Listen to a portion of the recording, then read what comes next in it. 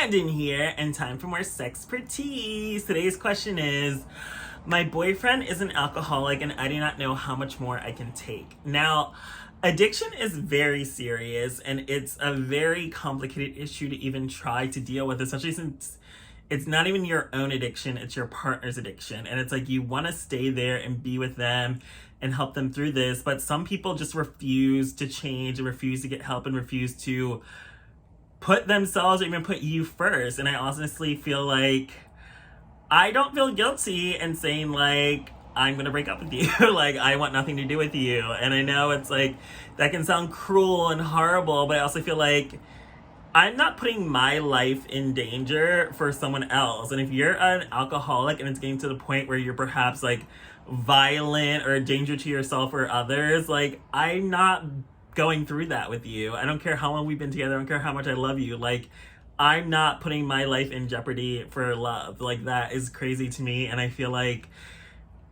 I definitely am not the type to just easily give up. And it's like, I want to be there for you. I want to help you. But if like you're not willing to even stop or to like realize that you have a drinking problem, or if you're in denial that you have a drinking problem and it's very obvious you have a drinking problem, like, I'm not dealing with that. Like, you're an adult. Like, I don't have time for you to like be in denial or not own up to your own problems and not have accountability for what you're doing. And especially if it's like, alcoholics are dangerous. Like, if they're getting behind the wheel of a car, they could be putting their life in danger, putting your life in danger, putting other people's lives in danger. And it's like, you cannot be doing that. I don't care how drunk you get. You better be taking an Uber. Like, this is crazy. And even if it's like an Uber, you're going to throw up all over the place. You're going to try to fight the driver. Are you that out of control drunk that you just are a menace to everyone around you? It's like, I don't care how love or invested I am in someone.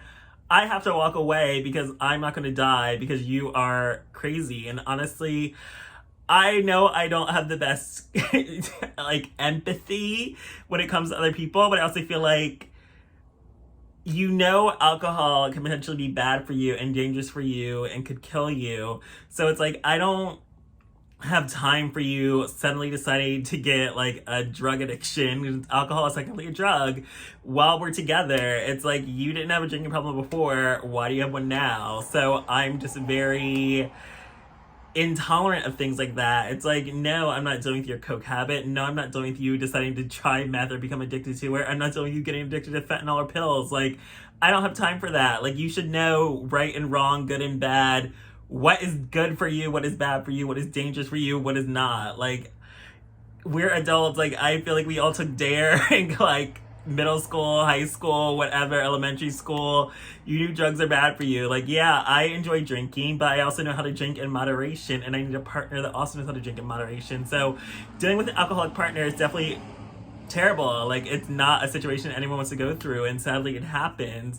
And people sometimes go through things and they don't know how to balance their emotions, so they turn to drinking or drugs, and it is destructive.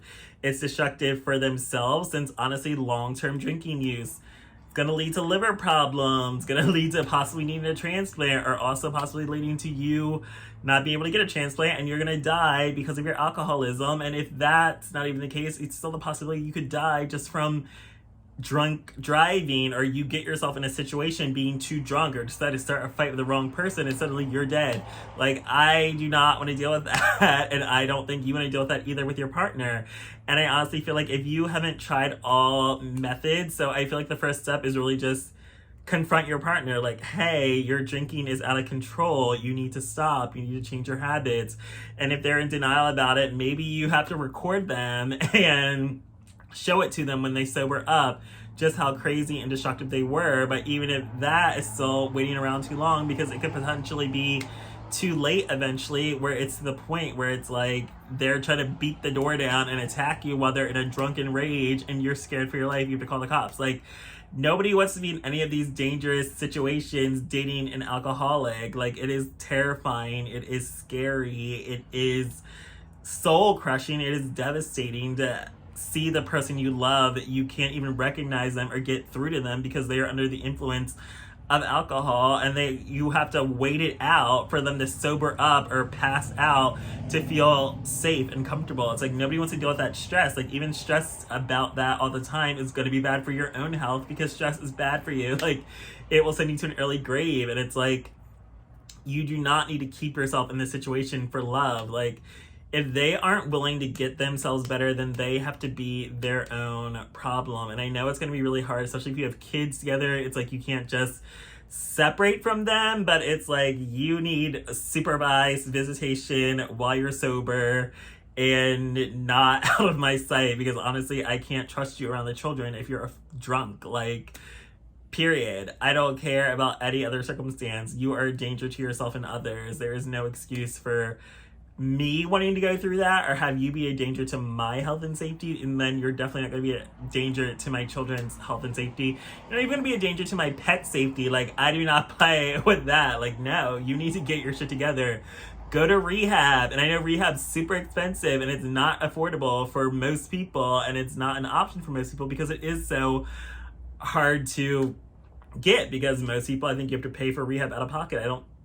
I don't know if insurance covers rehab. I don't think it does, but it depends on what insurance you have. So again, most people don't even turn to rehab because it's still such a not easy thing to get into or to even be able to afford. So I feel like the best first step is to confront your partner that your alcoholism is out of control. You need to change. If they still don't change or are in denial about it, you got to record them or have someone else record them when they're out being belligerently drunk and then show it to them. If they still don't want to change after that, they need serious help. They need to go to therapy, AA meetings, some type of counseling.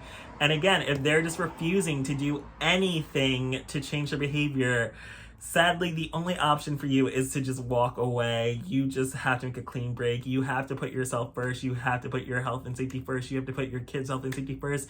You have to just put yourself first. Like, overall, this person cannot bring you down into their spiral due to their alcoholism. So sadly, many people don't want to turn their back on the person they love, but it is the reality of the situation that people are not going to change until they truly want to change. You can't prevent someone from drinking if they're addicted. They're literally going to go out and do whatever they can to try to get a drink, or go drink behind your back, or go secretly do it. Like, they're going to hide alcohol bottles somewhere. They're going to do it when they're out with their friends. They're going to do it just not on your sight, but it's still like crazy. And personally speaking, I feel like I don't like how, like, for treating alcohol, it becomes like you have to just completely never drink again. And I kind of feel like that isn't a cure to an addiction. To me personally, I feel like learning to cure yourself is learning how to go into moderation. It's like if you're addicted to sex, you can't just give up sex forever, but it's like you need to learn how to control it and be in moderation. So I don't like how when people do it with like